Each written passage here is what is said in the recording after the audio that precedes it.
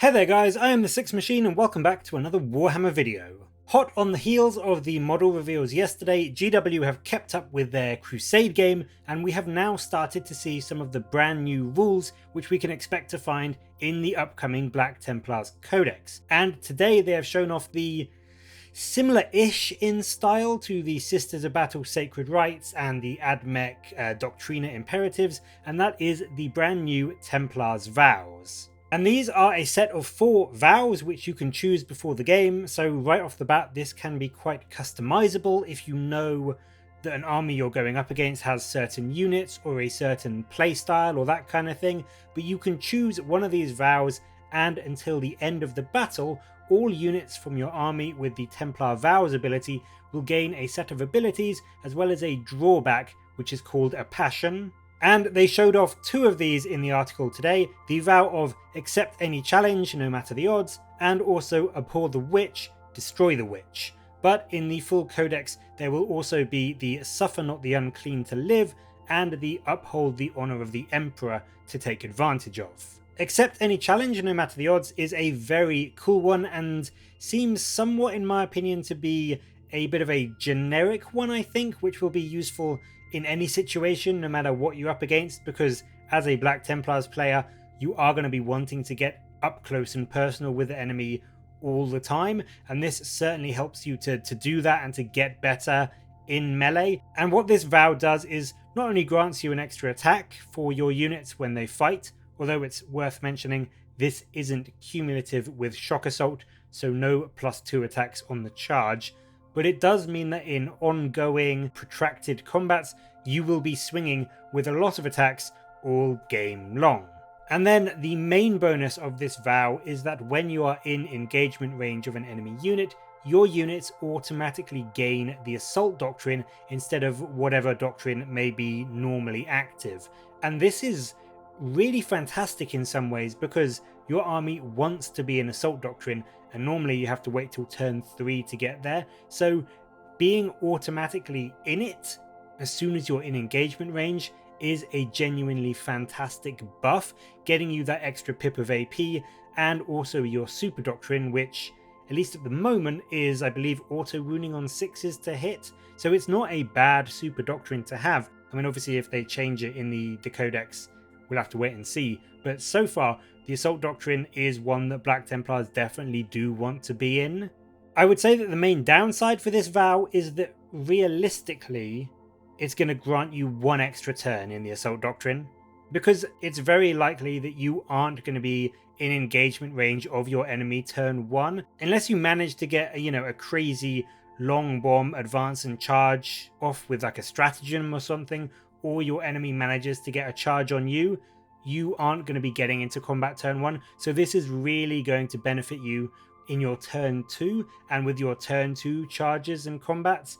And I mean that's still fantastic because turn 2 is where a lot of the charges in games of 40k I think tend to take place, at least in my experience, so getting assault doctrine in turn 2 will massively push combats in your favour compared to how they would have gone if you'd been stuck in tactical doctrine. But I do think that this vow is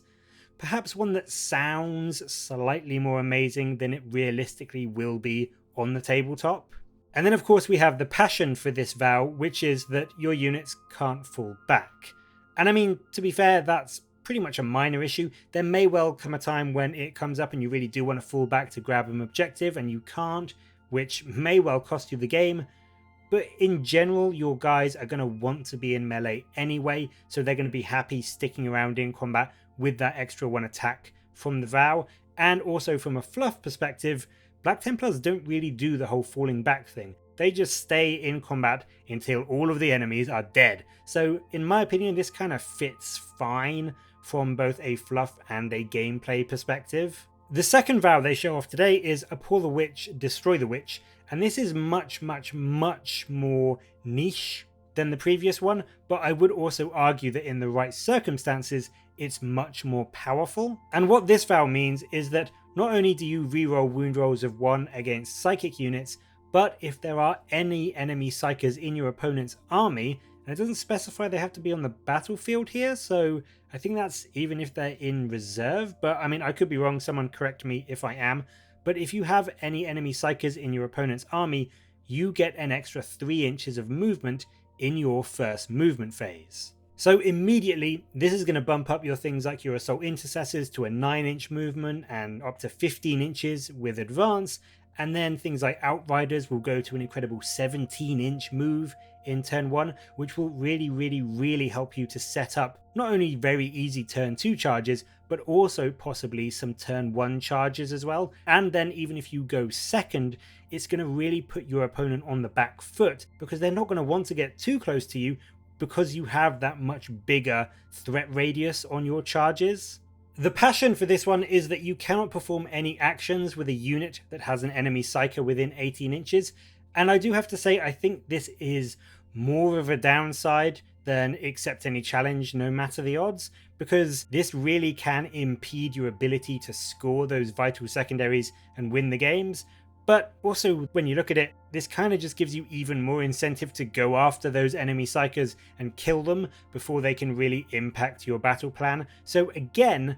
from both a gameplay and a fluff perspective, I feel like this passion is fair and pretty accurate in terms of how it depicts the Black Templars, so I quite like it from that perspective. I think overall, I prefer the second vow, Abhor the Witch, of the ones we've seen today. Of course, in some games it is going to be completely useless against armies like Necrons or Tau. They don't have any psykers, but the fact that you can choose this vow before the game means that you won't end up being stuck with a bad one if you do come up against an army that really doesn't fit with the benefits that the vow gives you. And I do think that in the right situation, this one, Abhor the Witch, gives you a lot of potential extra power and mobility so that you can charge down the enemy, get into combat with them, and just completely chop them to pieces. But I mean, to be fair, they're both really good. Either Abhor the Witch or accept any challenge no matter the odds will really help to add not only some combat power and some, tabletop potential to your army, but also give your Black Templars a bit more flavor and a bit more variety in the playstyle and the things you have to consider when it comes to the passions and the drawbacks. So it is always a great thing to have included in an army, and I think it will be really fun to play around with them, especially when we see the other two and see what benefits and bonuses they can bring to your army as well. But what do you think of these vows? And what do you think we will see in terms of the rules for the other two which are coming in the Codex? Let me know in the comments below, and as always, thank you very much for watching. Please do like and subscribe for more Warhammer content from me. But until next time, I'll catch you later, guys.